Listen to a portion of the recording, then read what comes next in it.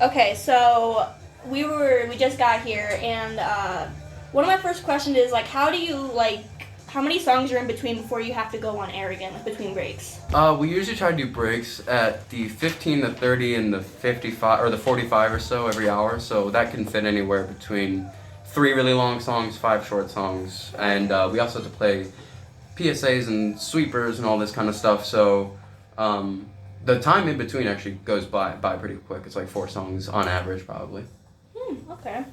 And then, so you said you can do like stuff in between too, just besides a break. Like you can do like Area 51 stuff, talk about Area 51, talk about the news. Well, as long as it's like not super polarizing what you're saying and it's not offensive, you kind of have free range to do whatever you want. Some people talk about sports. I like to talk about entertainment news and other stuff that's happening in the news. Some people just like to talk about the last song that was on. Okay.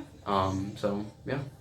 So can you talk about, like you said before we started that they give you like a list of things like you want to do like on air. Can you talk about that a little bit, like schedule wise, like how you picked out what you wanted? Yeah. So at the beginning of the season, you'll come in and you'll sit down with everybody else at the radio and you'll kind of go through on what shifts you would like to work. So you have the option to do news and traffic. You have the option to do DJ shift like I'm doing currently. You can do sports shows if you follow sports.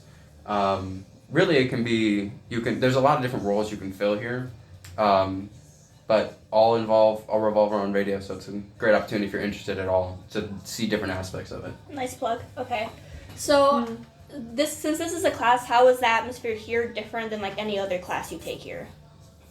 It's not as much of a class. It's more of like it's almost like a job in my mind. There's more responsibility. I feel like where it's not just you that you're not just depending on yourself. You're depending on the other people to do their job, and you're depending on other people to do their job. So like, let's say someone doesn't show up for their shift and you have to stay. That affects you as opposed to if someone doesn't do your homework or if someone doesn't do their homework in your class, doesn't really affect you at all. So it's just different in that way. It's like a community. Yeah. You kind of have to work with each other to make sure that everything's going smoothly. Yeah, exactly. So it kind of doesn't really feel like a class. You feel like would you say like you feel more relaxed here? I guess you could say.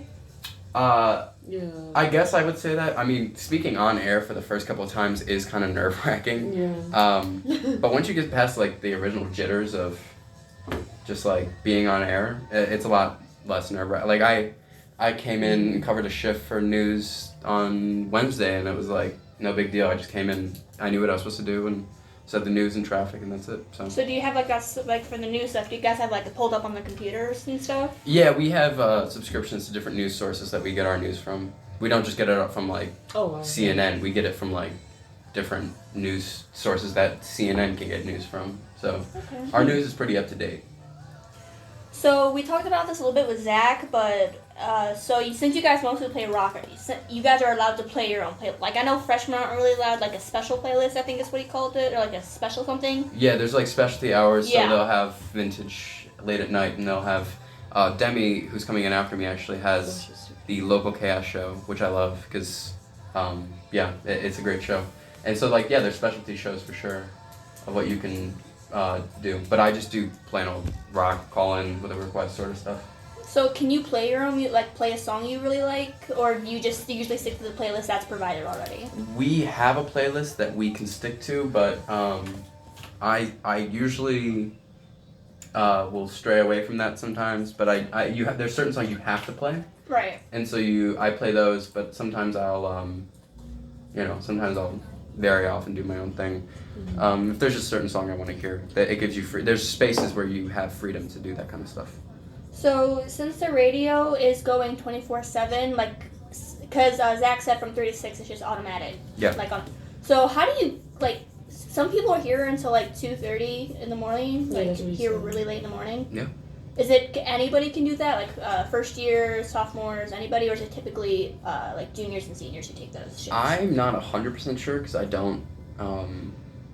I never try to sign up for those because they sound terrible. I have 8 a.m.s every day, so I wouldn't be doing that. But I think it's open to anybody. It's it's kind of annoying for a first year to do it because you have to have a mentor with you the first couple of times, and that means somebody else in the radio station has to wake up and come in and work with you. Right. So it's more courteous to do something like, during the day where it's not such a hassle. Okay. So, do you usually normally get a lot of requests, like requested songs, or does it really depend, I guess, on the day? It really depends on the day. Today I'm getting a ton of requests. Right. Usually I get like one request because I do a 2-hour shift, so I'll get one request the whole 2 hours, and so I'm basically just plugging in my own songs the whole time. But yeah, I love it when people call in with requests. It's nice. It's nice to hear it's nice to play what people want. Like, it's cool to have that interactive part of it.